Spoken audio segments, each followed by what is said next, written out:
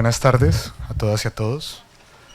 En la línea de presentarse, pues mi nombre es Rodrigo Arturo Triana. Yo soy el coordinador regional para el Atlántico de la Dirección de Acuerdos de la Verdad del Centro Nacional de Memoria Histórica. La Dirección de Acuerdos tiene la sede aquí en Barranquilla y tiene que conocer en territorio al Atlántico, a Bolívar y a Sucre.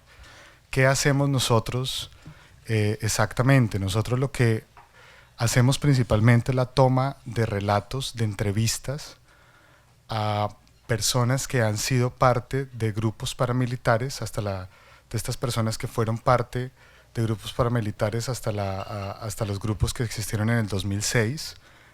Entra el proceso de desmovilización, ellos entran en un proceso de reintegración y estas son las personas que nosotros tratamos y las que nosotros atendemos en el Centro de Memoria Histórica. ¿Qué hacemos con ellas? ¿Cuál es el deber de asistir, acudir al Centro Nacional de Memoria Histórica, no solamente en Atlántico, sino en donde tenemos otras direcciones de acuerdos de la verdad? Y es la toma de relatos sobre el tema de verdad. ¿Cuál es la importancia de esto? Resulta que el tema de lo transicional no solamente debe acudir a un asunto de justicia penal. Es la justicia penal una parte del tema de transicionalidad, es decir, le damos el tema de la transicionalidad como un paso del conflicto al posconflicto. Algunos se preguntarán, pero todavía estamos en conflicto, es cierto. Sin embargo, con los procesos con los grupos paramilitares acudieron hasta el año 2006, existe la desmovilización y en esa lógica debemos actuar en un área y en un espacio de transicionalidad.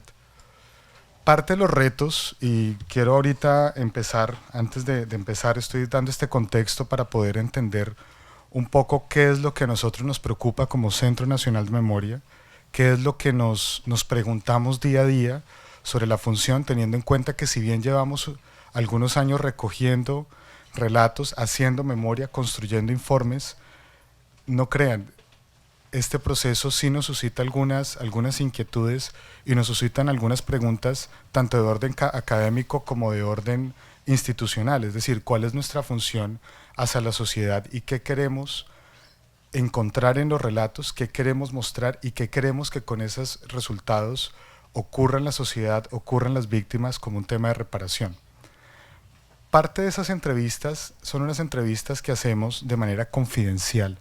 Es decir, nos sentamos con las personas que fueron miembros de estos grupos paramilitares y les indagamos principalmente sobre violaciones graves a los derechos humanos contra la población civil e infracciones al derecho internacional humanitario. Todo esto se hace bajo un esquema muy especial y diferencial a lo que puede ser un proceso penal, un proceso que puede empezar una fiscalía en marco de una investigación penal para llevar a los responsables a la cárcel. ¿Por qué no hacer eso en el marco de lo penal? Porque necesitamos verdad para las víctimas. Las víctimas necesitan que sean reconocidas. La sociedad merece saber y conocer qué es lo que ha pasado en la guerra, en el conflicto, y no solamente quedarse con un montón de ideas de pronto a partir de temas mediáticos, de algún tipo de literatura, que está bien porque la investigación académica y la investigación sobre el conflicto creo que en Colombia ha llegado a un nivel muy alto, pero que requiere también avanzar y profundizar, y que consideramos los relatos de los relatos de estas personas que han pertenecido a los grupos paramilitares, muchos de ellos victimarios, como una forma de visibilizar y de entender, teniendo en cuenta que el tema de lo penal no siempre visibiliza los actos cometidos, no siempre es la forma más adecuada de poder generar una reparación a la víctima. Recordemos que el tema de la justicia penal, por lo menos en las sociedades, está pensada como un tema de excepción, no de regla. Me explico. Se supone que hay un sistema de justicia que está instaurado en un Estado, no en conflicto, sino en un Estado que no tenga ninguna situación de guerra.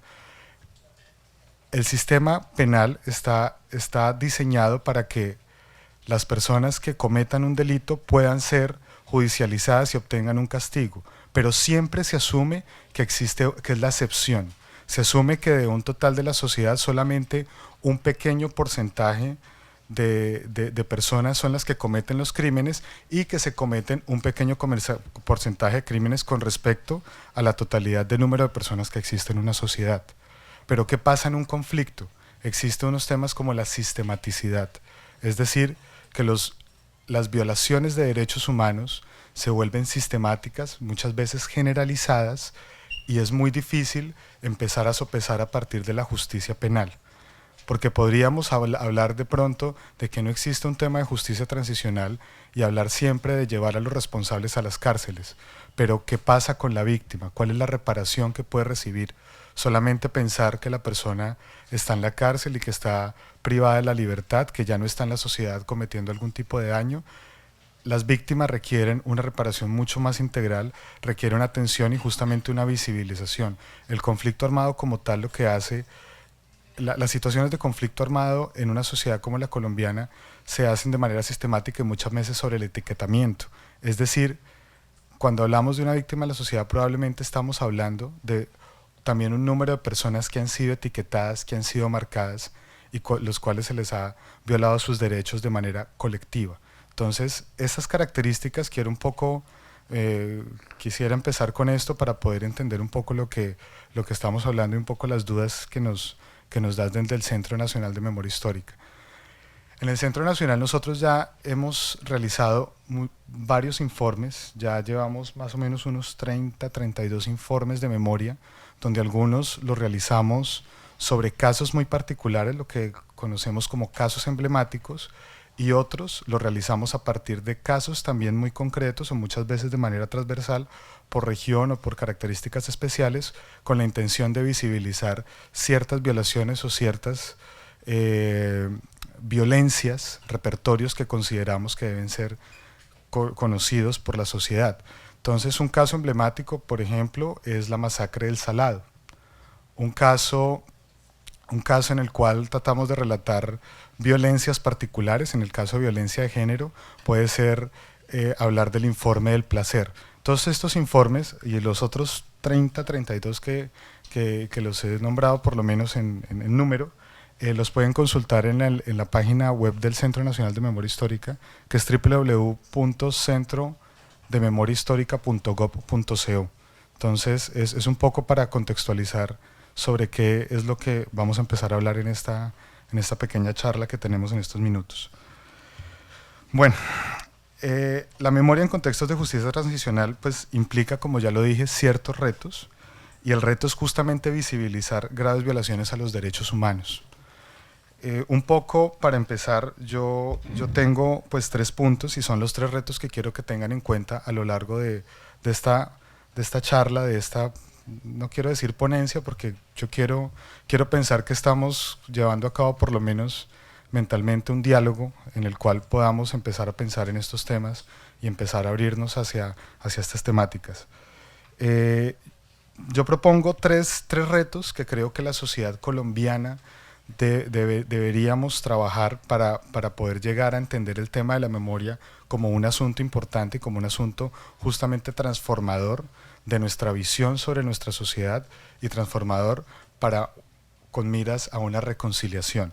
Entonces, el primer reto es un poco la asimetría del poder, entendida como una ausencia de equilibrio en los aspectos sociales y políticos más fundamentales que se reproduce en los periodos transicionales.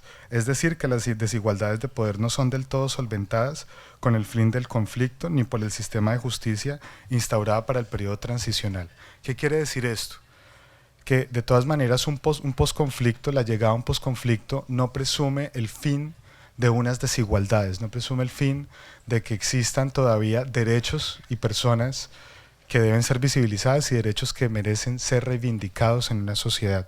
Es justamente otro escenario en el cual una sociedad da el paso para poder empezarlo a transformar por otras vías que no es el conflicto armado, por otras vías que no son los repertorios de violencia, por otras vías que no es la guerra. Ese es un primer reto que considero yo que es importante para el tema de la memoria. Otro segundo reto es el entender la memoria como un recurso transformador de la sociedad que tiene la aspiración de resignificar los hechos violentos y las diferencias del pasado. Es decir, la memoria debe verse como un instrumento, como una forma, como acciones en las cuales nosotros como sociedad y las víctimas pueden desarrollar para que esto sea resignificado, es decir, que los etiquetamientos puedan empezar a desmontarse de los imaginarios, la polarización de la sociedad empiece a hablar más un poco de, no tanto de consensos, pero por lo menos de ciertas acciones donde se acepten algunos errores, se acepten algunas condiciones y podamos reconocer al otro como también parte de nuestra sociedad. Y un tercer reto es entender que el tema de la memoria es un asunto neurálgico para la reparación a las víctimas, es decir, cuando hablamos de reparación a las víctimas, muchas veces dentro de los imaginarios consideramos que reparar a una víctima es indemnizar, es un tema de reparación administrativa, que también es parte integral de ese proceso de reparación, pero justamente si solamente consideramos el tema de la reparación económica a una víctima, entonces sí podríamos estar considerando que es importante el tema de lo penal y que eso adquiera un especial interés, pero como estamos hablando de un proceso transicional donde se busca un tema de integralidad, el tema de la memoria adquiere un papel importante, el tema de buscar la verdad es un asunto importante. Cuando hablamos de verdad hay que tener en cuenta que no podemos tampoco pretender que una sociedad esté de acuerdo en absolutamente todo. Cuando hablamos de una verdad, es una verdad de alguna manera consensuada o por lo menos una versión de ella que se acerca un poco más a los hechos y que permita o al menos considere que lo que pasó y que tenga en cuenta las víctimas y que puede inclusive comunicarse con esta otra parte de la sociedad civil, de la población, de la ciudadanía, para poder entender qué fue lo que le pasó al otro y por qué le pasó. Un reconocimiento del otro es importante y consideramos que el espacio de la memoria es absolutamente pertinente. Voy a leer aquí un poquito, pero considero que es importante para empezar a abordar estos temas. Para abordar estos tres retos que acabo de proponer, quiero hablar un poco del concepto de la memoria, un poco del tema de lo jurídico, porque siento que el tema de lo jurídico considero que implica algunos retos de cara al tema de la memoria, y un cuarto elemento es el tema de la invisibilización, donde me voy a hablar de manera muy tangencial, dado el tema del tiempo, sobre el tema de la tortura. Entonces, quiero poner el ejemplo de la tortura, no porque sea el único hecho victimizante, la única violación de derechos humanos que no sea visible o que requiere un reto para visibilizarlos en contextos transicionales, sino porque considero que es un buen ejemplo para abordar todos estos elementos que vamos a hablar. El ejercicio de recordar un acontecimiento no es un tema de estudio exclusivo de la historia del derecho de las ciencias sociales. De hecho, la medicina y las ciencias naturales han sido disciplinas que han ocupado principalmente en procurar entender el misterio del por qué los seres humanos acudimos a los recuerdos, no solo como un ejercicio constante, sino consciente y necesario. Es decir, los seres humanos, nosotros como sociedad, tenemos de alguna manera una necesidad de recordar. Los recuerdos entonces son un elemento indispensable para el día a día y el ejercicio de hacer memoria no es un plano muerto de un acontecimiento pasado, surge insistente en su afán de hacer presencia. La memoria es entonces dinámica y puede transformar y resignificar los eventos del pasado según el tiempo físico, social y político en el cual se acuda a ella. Considero que esto es muy importante. ¿Qué podemos hacer si nosotros todos los que estamos en este auditorio quisiéramos realizar una reconstrucción de memoria sobre algún evento que nos ha pasado, que nos incumbe a todos en este momento? Podríamos hacer una reconstrucción particular y única sobre esa memoria, generar algún tipo de espacio simbólico, podemos escribir un informe, historias de vida, en fin, un montón de elementos y de pedagogías que podríamos hacer para construir la memoria. Pero ¿qué pasa si ese evento lo retomamos unos años después? ¿Qué pasa si en 10 años nos encontramos los mismos que estamos en este auditorio y hacemos el mismo ejercicio de memoria? Probablemente los resultados van a ser bien diferentes. Eso es un poco el reto y una de las condiciones y las características que tiene la memoria, y es que resignifica y tiene una función inclusive constante, de constante resignificación. No es un asunto móvil, no es un asunto quieto, perdón, por lo contrario, es un asunto dinámico que se mueve y que el tiempo es un elemento muy importante para el tema de la construcción de la memoria. De acuerdo a lo anterior, la memoria es un proceso subjetivo que cambia, se mantiene o transforma según los elementos personales, sociales, vivencias, conocimiento y reflexiones en tiempos posteriores a la ocurrencia del hecho. Es un poco lo que acabamos de decir. La memoria colectiva en los procesos tiene una vocación transformadora de sociedad que cumple también un papel de reconciliación y es tomado en muchos escenarios donde hubo disputa como una forma de justicia donde la acción de lo penal no es suficiente en un proceso de buscar la reconciliación. La memoria debe entenderse también en un proceso de justicia transicional como una parte muy importante, insisto. Siempre tendemos, y es una tendencia que tenemos porque es parte de la formación de lo que socialmente y culturalmente hemos construido, y es que el castigo es tal vez la única forma que existe para reparar ciertos hechos, no solamente en un tema de conflicto armado, sino también en acciones que nos ocurren día a día. ¿Qué quisiéramos cuando somos víctimas de un robo? Que cojan al responsable y lo metan a la cárcel. Es parte de la lógica que tenemos de manera casi automática en nuestra sociedad. El tema de lo transicional acude a otros elementos, incluyendo el tema de la memoria. Según lo anterior, no se puede hablar de la memoria del conflicto como un proceso en sí mismo. Son los hechos, las violaciones de derechos humanos, el drama humano, los acontecimientos sociales, los acontecimientos políticos y las huellas las que retoman y adquieren significado en un proceso que invoca esos acontecimientos en el presente. Es la memoria el medio y no el fin. La memoria es un instrumento, es un vehículo. No podemos hablar de que la memoria, vamos a hacer memoria y ya con eso existe una reparación.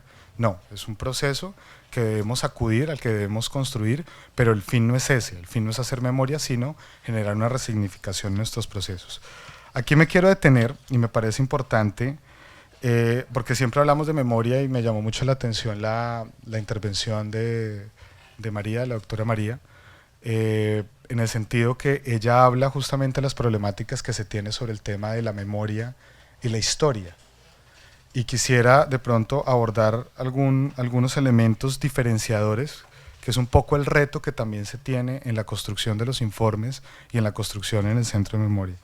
Parte de los elementos necesarios para reparar y contribuir en la construcción de una sociedad posconflicto es darle sentido y nombre a lo que ha pasado. Este lenguaje nos permite asociar estos acontecimientos con la memoria o con la historia. En ese sentido, la memoria se percibe como la presencia de la cosa ausente, es decir, la reconstrucción de unos hechos dotándolos no solo de un nombre, sino de un lenguaje particular. Yo les acabo de decir en el ejemplo que decíamos del auditorio que podemos construir informes, podemos hacer mapas, podemos hacer inclusive canciones, podemos hacer danza, obra de teatro, son lenguajes particulares que adquirimos cuando tratamos de construir memoria. Existe un sinnúmero de formas de abordar los acontecimientos y las huellas de un conflicto. Sin embargo, este proceso no debe hacerse como un objeto en sí mismo, sino como un ejercicio que permite identificar, que contribuyan a desarrollar procesos de construcción de memoria e historia. Y aquí aquí ya empiezo un poco a hablar de las diferencias en el tema de memoria y quiero citar al profesor Gonzalo Sánchez, que justamente es el director general del Centro de Memoria y que es un profesor pues, muy reconocido en el país por todo su trabajo en ciencias sociales, especialmente sobre trabajos de historia. La historia tiene una pretensión objetivadora y distante frente al pasado que le permite atenuar la exclusividad de las memorias particulares. Diluye estas, o así lo pretende, en un relato común. La memoria, por el contrario, tiene un sesgo militante, resalta la pluralidad de relatos. La memoria requiere del apoyo de la historia, pero no se interesa tanto por el acontecimiento, la narración de los hechos o su reconstrucción, como dato fijo, sino por las huellas de la existencia vivida, su interpretación, su sentido o su marca a través del tiempo. Es decir, aquí lo que podemos hablar es que el tema de la memoria es un asunto más de huellas, es un asunto más de las impresiones que tiene un colectivo a la hora de tratar de reconstruir temas del pasado o acontecimientos visibles o que hayan generado algún tipo de por lo menos traumatismo en el caso del conflicto. El tema de la historia responde más a un asunto de hilos conductores, tratar de hilar un hecho con otro y darle una explicación en la cual a través de unas metodologías muy particulares pasan a ser parte de la historia. Puede tomar ciertamente algunos temas como las huellas, pero no es exclusivamente la única fuente de información de la cual se nutre la historia para la construcción de la historia misma. Es la memoria la que sí genera este tipo de huellas, este tipo de reconstrucción, y como ya lo decía, el factor tiempo, el factor espacio, las circunstancias y el contexto nos puede estar generando otro tipo de elementos ahí que pueden estar haciendo no necesariamente ruido, pero que sí dan una interpretación particular de lo que es la construcción de esos acontecimientos.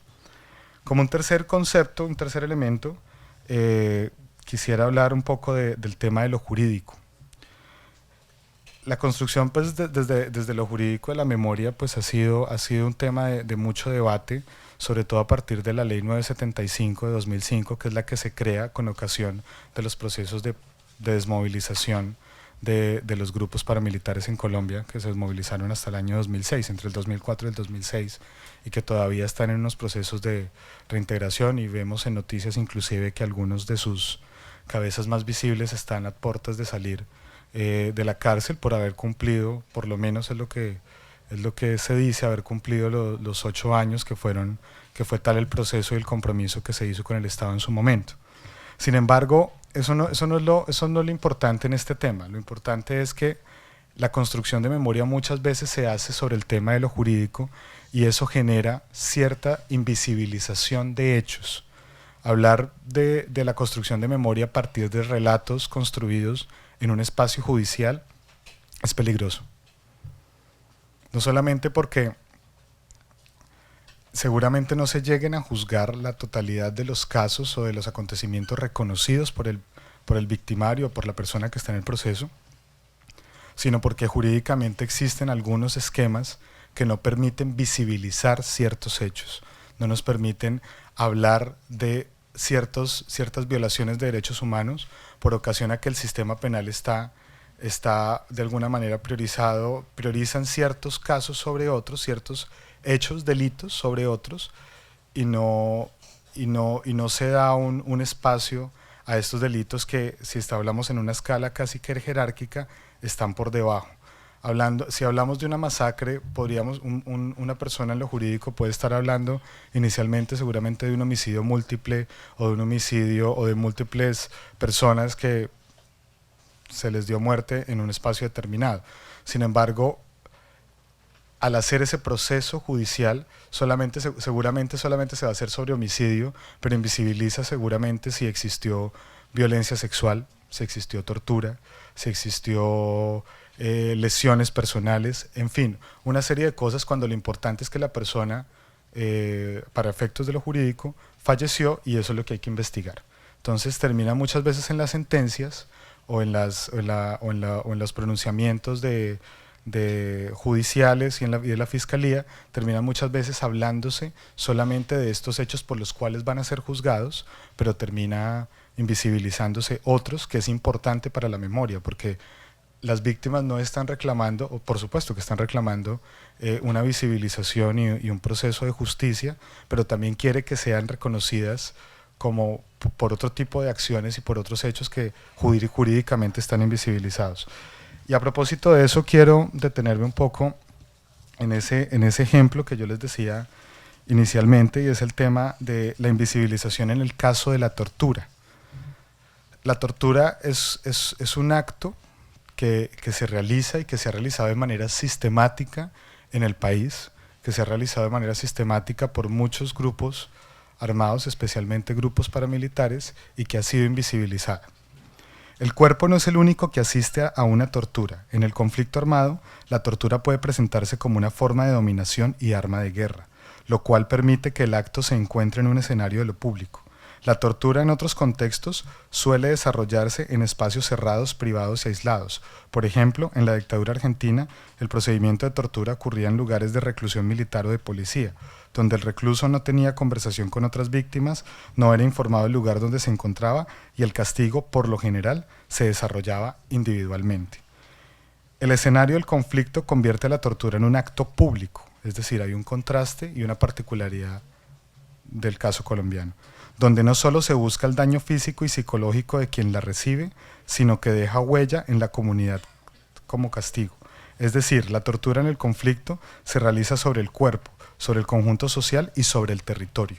Es una forma muy particular de ejercer tortura que de cara a lo jurídico, por ejemplo, queda absolutamente invisibilizada. Cometer la tortura en un lugar habitual para la víctima no es un acto inconsciente del victimario. Es una forma particular de ejercerla y responde a motivos estratégicos. La tortura, al igual que la masacre, son castigos a la comunidad que se ejecutan en lugares comunes, muchas veces en los hogares de las propias víctimas y en su mayoría bajo la presencia de familiares o amigos, que por lo general son mujeres y niños. Sin el ánimo de caer en una generalización sobre el uso de la tortura en el conflicto, las características planteadas anteriormente son comunes y en menor medida la tortura se ha desarrollado en el espacio privado. La protección contra la tortura desde el abordaje jurídico deja algunos vacíos, especialmente en los contextos de conflicto armado. En estos espacios las normas y las definiciones quedan cortas para cubrir o por lo menos visibilizar los atropellos ocurridos en la guerra con acciones que pueden denominarse tortura. Uno de los aspectos que juega a favor de la tortura en estos escenarios es el elemento psicológico, y eso es algo que no está en lo jurídico. Eso es un tema que se hace a partir de las huellas y a partir de lo que nosotros podemos construir como memoria y que nos implica un reto como centro de memoria y le implica un reto a los grupos que hacen memoria, porque dicho sea de paso, el Centro Nacional de Memoria no es el único, no es la única instancia, no es el único conjunto, tal vez es la única institución del Estado que construye el tema de memoria, pero no es la única instancia en la sociedad que construye memoria. Hay organizaciones civiles, organizaciones de víctimas, organizaciones de la sociedad civil que se encargan de estos temas y que también han construido informes, museos y otro tipo de acciones de memoria distintas a las estatales. El control territorial y el ejercicio continuado de la violencia en un lugar alimentan el miedo colectivo de la población, donde los espacios de libertad y expresión son cohesionados. Las acciones contra la población están sobre el interés de mantener dicho control y, dependiendo del grado de cohesión, puede afectar física o psicológicamente a una víctima. En este sentido, la tortura sigue funcionando sobre el cuerpo, el cual es el elemento fundamental y preexistente para que sea ejecutada. La sistematicidad en ambos casos es un asunto que debe ahondarse en los informes con miras a convertirse en un elemento vital de importancia, teniendo en cuenta que los informes de memoria histórica deben contribuir a la elaboración e implementación de mecanismos adecuados para el desarrollo de la justicia transicional en Colombia. En este sentido, la tortura es sistemática en un contexto de conflicto armado por el cual la documentación detallada sobre la tortura es fundamental en un informe de memoria, teniendo en cuenta que un informe tiene la obligación de ser un documento no solo para la construcción de memoria sobre el conflicto, sino una fuente secundaria para la aspiración de justicia interna, una eventual justicia en el ámbito internacional y, por supuesto, una reparación que tenga en cuenta a la tortura como un hecho victimizante. Yo creo que la potencialidad que tienen los informes de memoria, por lo menos los que estamos construyendo en el Centro Nacional de Memoria, y esa es parte también de los retos, es que se conviertan en una fuente, o por lo menos aspire a ser un documento de consulta de quienes hacen el tema de justicia penal, para también generar un tema de justicia integral a partir de esos espacios. Por eso el reto de ser muy juiciosos con el tema de la construcción de los informes. Parte de esas dificultades, 5 minutos, parte de esas dificultades que nosotros tenemos cuando hacemos el tema de acuerdos de verdad y escuchamos a personas que han estado del lado de los victimarios, es un poco tratar de no generar discursos reivindicatorios, no generar que todas estas cargas testimoniales que nosotros recogemos terminen plasmadas en un informe de memoria como un proceso reivindicatorio del grupo armado, sea el que sea. En este caso es son los grupos paramilitares los que estamos estudiando. Pero es un riesgo que tenemos y es parte de los retos que nosotros debemos desarrollar como centro de memoria. Bueno, un poco quiero dar un ejemplo, el tema de la masacre del Salado, analizando este tema de tortura que, insisto, me parece que es un poco ayuda a tener una imagen de estas dificultades. En la masacre del Salado, por ejemplo, probablemente no habría tortura sin la presencia de observadores. Si esta masacre se hubiera realizado en un espacio privado, carente de la presencia de familiares, amigos, vecinos y coterráneos, el tema de la tortura y la sevicia no habrían estado presentes en este acontecimiento. Estaríamos relatando únicamente un caso de homicidios a gran escala o probablemente la masacre estaría completamente invisibilizada. Es la tortura tanto al cuerpo como al observador la que hace del hecho algo más repudiable, más condenable y obliga a pensar en una reparación integral que trascienda la reparación económica. Estudiar la tortura en la masacre del Salado es estudiar la relación de la víctima con el victimario antes, durante y después de los hechos, lo cual abarca el contexto de presencia guerrillera y paramilitar en la zona, el etiquetamiento de la población, la amenaza colectiva meses antes de los hechos, el daño físico y psicológico en los días de la masacre y los diferentes procesos de atención, reconstrucción y memoria y reparación que puedan causar una revictimización en términos de reconstruir no solo la muerte, sino la tortura. Insisto, la tortura es un elemento y es un ejemplo. Y ya para finalizar, quiero dejar algunas preguntas que por lo menos nos hacemos en el centro y que también nos evalúa un poco de nuestra tarea y lo que quisiéramos, a lo que aspiramos. Y las preguntas pues son las siguientes. ¿Son los informes de memoria realizados en Colombia un método efectivo para entregar verdad a las víctimas y a la sociedad en general? Es una pregunta que nos hacemos y que la compartimos. Más allá del análisis académico, ¿los informes de memoria pueden contribuir a la justicia y la reparación efectiva de las víctimas? ¿Eso es un tema importante o ustedes como sociedad consideran que debe ser la forma de reparación a partir de la memoria puede hacerse desde otro tipo de elementos o de productos? Por su naturaleza, método y objetivos, los informes de memoria invisibilizan algunos hechos victimizantes, entiéndase violaciones graves a los derechos humanos cometidos contra la población civil en contexto de conflicto. Y por último, ¿son los informes de memoria un vehículo que logre mejorar el escenario para ir solventando los tres retos expuestos en esta conversación? Es un poco las inquietudes que dejo y agradezco a ustedes por la escucha. Muchas gracias.